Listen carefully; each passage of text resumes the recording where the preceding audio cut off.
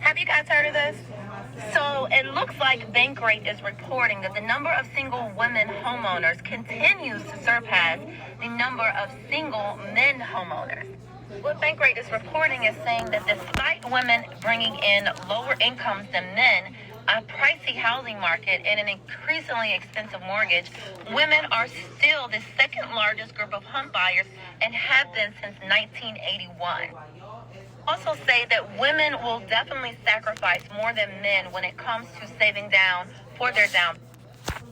And even though it wasn't literally until the 1900s that states even allowed women to hold property, it wasn't until 1974 that a woman was even allowed to buy a house without a man being on the mortgage. 1974, guys.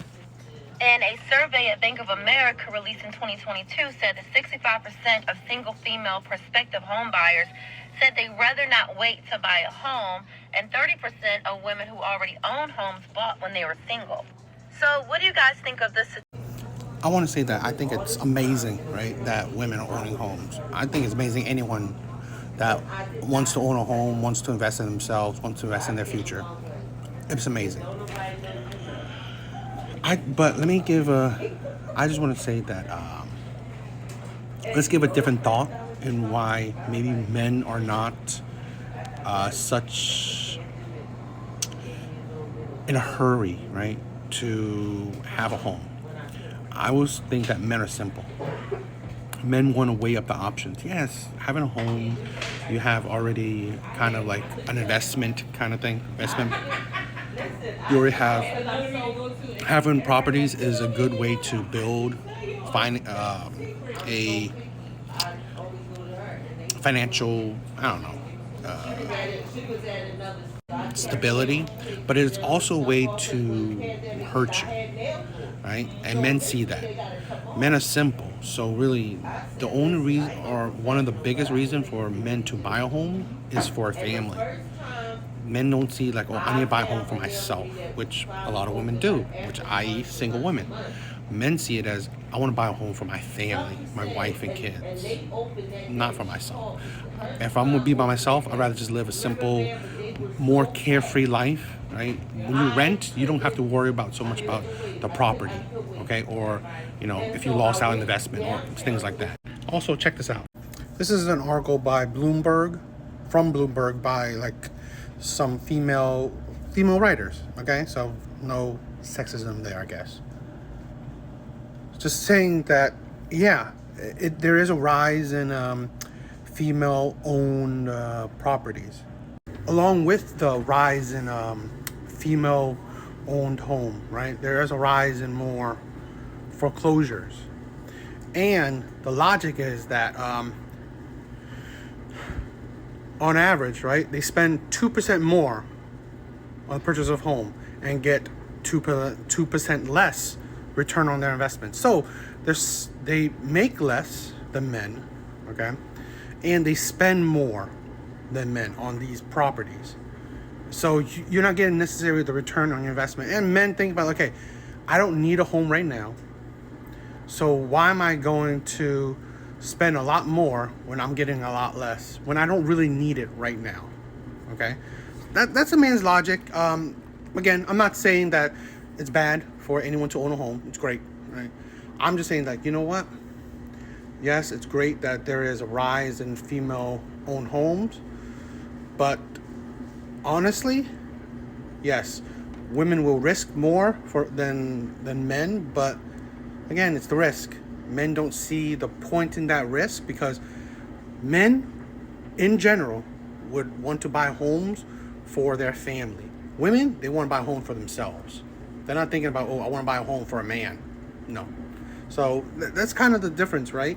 And it shows, right? Society more is that women are more independent, women don't need men, so it shows their mindset. That's just it. That's why I'm like, we think that, okay, it's great, women are owning homes more than men, but it's not because men don't want to. Men just don't see the logic in it. Okay, so here's something they will not tell you when you buy a house, or at least they didn't tell me, and now I'm salty. So when I first bought my house, my mortgage payment was $1,151. After my first year living in that house, they raised my mortgage to $1,579. The fuck? I thought I was tripping. That is a $428 increase. I was under the impression that my mortgage payment would literally never change, but I was wrong. So here's what happened, and I'm going to use example numbers. So let's say there's a house and the value of that house is $20,000. Because the value of the house is so low, that means that the property taxes are also going to be significantly low. So let's just say the property taxes are only $500 per year. Okay, now let's say an investor comes in and rehabs the entire house, puts everything brand new into the house, boom. Now it's a beautiful home. And now the value of that house is $150,000. Okay, now because the value of the house went up, that means that the property taxes are also going to go up. So now the property taxes are $2,000 per year instead of $500. And this is what they did not tell me. The fuck? So basically, I believe it's every single year they come and do an assessment of your house. And they say, what's the value of this house from last year to this year? And if your property has increased in value, they are going to increase your taxes. Now, I am highly upset with the people who, my mortgage lender and my realtor, for not explaining this to me. And the reason why I'm so upset is because I would have been okay with that if they would have explained that to me and I was ready and prepared. But no, I just got a bill in the mail and it said a $428 increase due in 2 months. I believe the issue is a lot of the times, especially when it comes to young people and first-time home buyers, realtors and mortgage lender, whoever you're dealing with, they don't want to give you all the information up front because they just want to make the sale. They just want to make money. And I believe that is so unethical because now I don't even want to work with you. Like, just tell me so I know and I'm prepared. I recently did a video, right, where a woman was propping up statistics of how women are fastly growing and being homeowners, right? Single women are fastly growing to becoming homeowners. And I've said that, great. It is nice that they're owning a home, but they are also fastly growing in foreclosures or just unwise investments into homes that they didn't understand. And this video shows it, okay? That it's not, realtors and all the person's job to predict what you don't know if you don't ask. That's not their job. Their job is literally to find you a house, let you decide it, and sell you that house. Everything else is your job. Your job to figure out, oh, is this right for me? Can I afford it? How's the future going to be? All these things that come along with buying a house, buying a property, your job is to find it. It's not theirs, okay? It is not realtors and not, all these other people's jobs to teach you, okay? It's not. And this is what women don't understand. It's like, oh, it should be easy. It's not easy, okay? And everyone does what they have to do. You're not the first person to buy a house. So they're not teaching every single person they're selling a house to. No, they're not telling them all the information just blindly. No, if you want to know something, you ask or you learn yourself. But women don't understand that. Oh, let me just buy a house. It's going to be nice and simple. It's not. And that's why a lot of men don't do it as well, especially when they're single. Taking on that risk, taking on that responsibility, okay, is not easy. So for men to do it, they see the prospect of, okay, now I have a family. Now I'm going to have a wife, kids. So I'm going to put in that time to figure out all these things and get a house. Women just like, let's just get a house right now. Rush into it, right? They rush into it.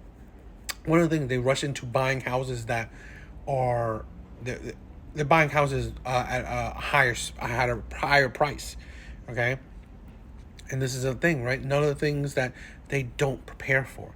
And this is why just buying a house blindly is not the best thing. You have to be so sure of every single thing. And again, it is not other people's job to teach you. It is not. They're not being paid to teach you. They're being paid to sell you something, and that's it.